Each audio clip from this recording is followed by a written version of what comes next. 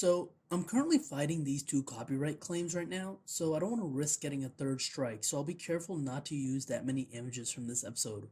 Hopefully, this gets sorted out soon. Sorry about that.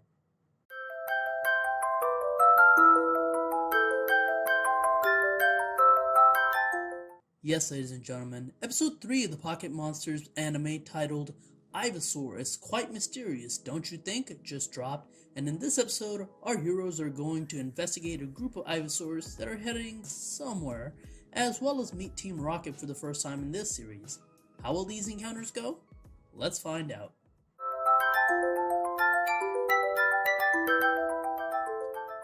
The episode begins with Go's alarm clock ringing and both Ash and Go not wanting to get out of bed until Mr. Mime, who, ever since Detective Pikachu, I've grown a lot better appreciation for, is mime vacuuming their blankets off of them and wakes them up. It's most likely just using psychic powers, but still, I think it's awesome. It's just way more creative than just having it use like a psychic move. And just to assure the people that this is in fact a continuity from Sun and Moon, Ash is telling Go about his league matches in Alola while they're eating breakfast. Or at least I think it's league matches. He's basically talking about fighting something. Then, Koharu and the professor come in and Ash and Go thank him for the food. While Koharu leaves for school after giving some food to her Yamper, Ash and Go to the research lab to begin their first day as research fellows. Once they're in the lab, we're introduced to the professor's two assistants that we saw last episode. The guy's name is Renji and the girl's name is Kakuna. No, not like the Pokemon. Renji came in late because there seems to be a massive wave of Ivysaur around the city causing traffic jams, so our heroes decide to investigate it as their first assignment as research fellows. But before they do that, Sakuragi gives both Ash a smartphone and puts Rotom on both Ash and Go's phone. This brings up the question, if they're just gonna give another Rotom device to Ash, why not just keep the Rotom from Sun and Moon?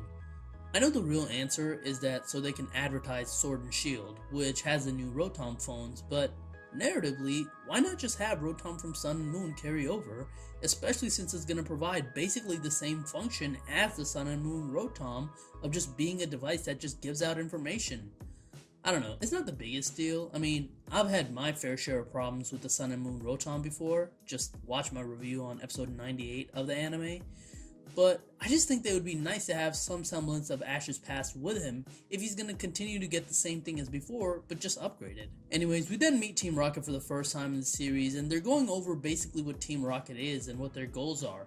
To be evil, capture rare Pokemon, and create an army of rare Pokemon. Honestly though, even though it might feel like everyone knows who Team Rocket is, why waste time introducing them? Beside the obvious that it's a new series and they want to introduce it to people watching Pokemon for the first time, it's kind of needed after Sun and Moon. They really didn't do that much evil things in that series, and I even forgot what their ultimate goal was beside capturing Pikachu, so it's a good reintroduction for them. Ash and Go are looking for Ivysaur in the city when they hear Officer Jenny direct traffic and go over. They see a group of Ivysaur headed somewhere, and Officer Jenny tells them to be on the lookout for Team Rocket. Go doesn't believe that there's a talking Meowth there, but Ash knows the deal. Just like Ash, it seems like Jenny got an updated look as well. Her clothes are different from the original Kanto Jenny, but they still look pretty similar. They look very distinctly different from the Alola Jenny though. Her pulling out the Team Rocket wanted images are also reminiscent of the second episode of the original anime, which is a nice throwback.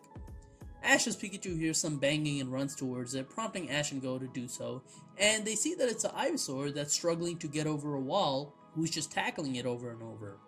Ash decides he's gonna go help it, but Go starts arguing with them that they shouldn't help Pokemon when they're investigating, and that basically, if the Pokemon needs human intervention to survive, then too bad. Survival of the fittest, essentially.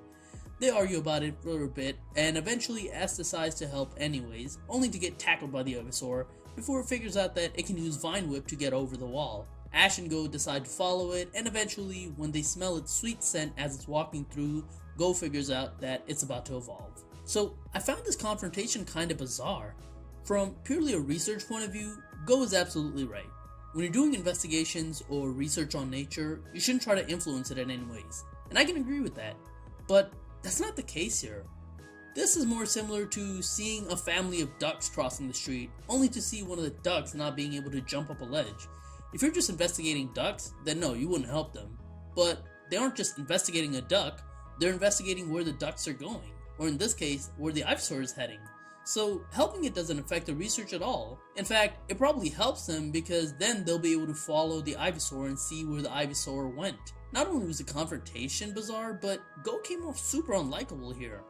Even though he ended up being correct in the end, the Ivysaur does figure out that trying to tackle through a wall won't work, so it's going to use Vine Whip. It is weird that he would carry such a philosophy of survival of the fittest in the Pokemon world. I don't know if we've ever seen that before. The research thing we have seen before with Todd Snap in the Orange Island, but that's never ever been a good guy with the idea of if a Pokemon can't make it through human help, then oh well. That's so strange. He also says during the fight that Ash must be one of those people, when Ash tells him that he didn't need him to be his friend, so I guess that attitude of Go has cost him his friends in the past. So I guess you could say we do get a bit of characterization from this argument, which is good. We also see here that Ash is way more nimble and athletic compared to Go, since he can climb walls way more easily, and we learned that there's another gym being built in Kanto. I wonder if this gym's going to be important in the future. I guess we'll find out. In this case though, the gym was just important because it was built on the grounds where the Bulbasaur and Ivysaur usually go to relax in the sun. They follow the Ivysaur and we see that it's not only a group of Ivysaur headed there, but also a group of Bulbasaur. And once they get to the construction sites, while the Ivysaur and Bulbasaur use their vines to get to the top of the building, Ash and Go have to use each other to get to the top. Once they do that, Ash decides to find out why they're here by pretending to be Ivysaurs, just laying on the floor on the hot sun. And Pikachu's the bulb, by the way. Go, just like a lot of other Ash companions, finds this a bit strange at first, but eventually he does the same thing and they find it relaxing. After a while, the Ivysaurs look like they're about to evolve when Team Rocket comes up and tries to capture them in a net. Pikachu breaks the net using Iron Tail, and Team Rocket heads down from their balloons to confront them, when all of a sudden, Pelipper drops a vending machine, a Pokemon on them. This is their secret weapon that Giovanni told them when we were first introduced them. They use Meowth's coin to get 2 Pokeballs, and when they throw it out, Jesse gets a Gyarados and James gets a Tyranitar. Ash's Pikachu fights them for a bit, but gets overpowered, until the Ivysaur decide to help and use Solar Beam to fight back. Eventually, Team Rocket wants to use Hyper Beam on the Ivysaur before capturing them, but Ash stands in front of them and has Pikachu use Thunderbolt, which overpowers both of them, sends them blasting off, while Team Rocket says that they're going to go back to their plan of capturing Ash's Pikachu since it's so strong. So, in this whole sequence, we see a slow change in Go. During that argument where he says Ash is probably one of those people, but during this sequence he sees that that's not the case. He sees that Ash wasn't just trying to help earlier just to help Pokemon for his conceit, as he put it. He was just willing to help anyone, and he sees that Ash puts Pokemon before him when he confronts Team Rocket on its own. So now Go has a lot more respect for Ash and wants to be friends with him. After they beat Team Rocket, the Ivysaur evolve into Venusaur, they spread their pollen, causing all the flowers in the city to bloom. They go back to the lab where we see that Go wants Ash to be his friend, but Ash tells him that they already are. Koharu returns from school, complaining that she had to help clean up a bunch of the flowers since it bloomed all at once, and the episode ends with Ash and Go getting excited for their next episode. The episode was what I predicted it would be. Nothing special, really. Just like he's had in the past, it's an episode of misunderstanding and Ash and his companions learning to accept one another.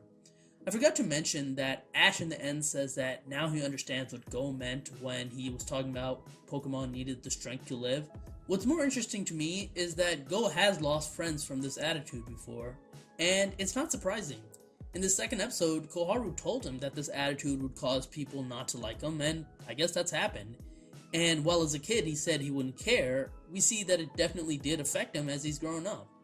Also, like I said in the last episode, don't expect the animation quality to last, and this episode definitely had some shoddy animation.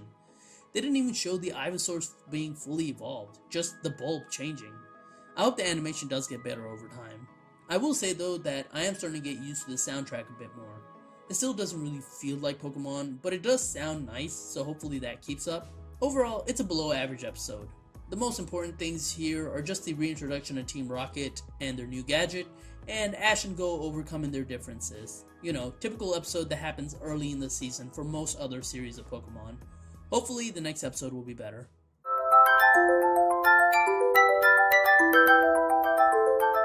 Speaking of which, the next episode looks like Ash is finally going to go to the Galar region to investigate Dynamaxing, and they're going to meet a mischievous Score Bunny that steals Ash's backpack. I'm sure we'll get an explanation as to why it's so darkly colored, since it's not the shiny color of Score Bunny either.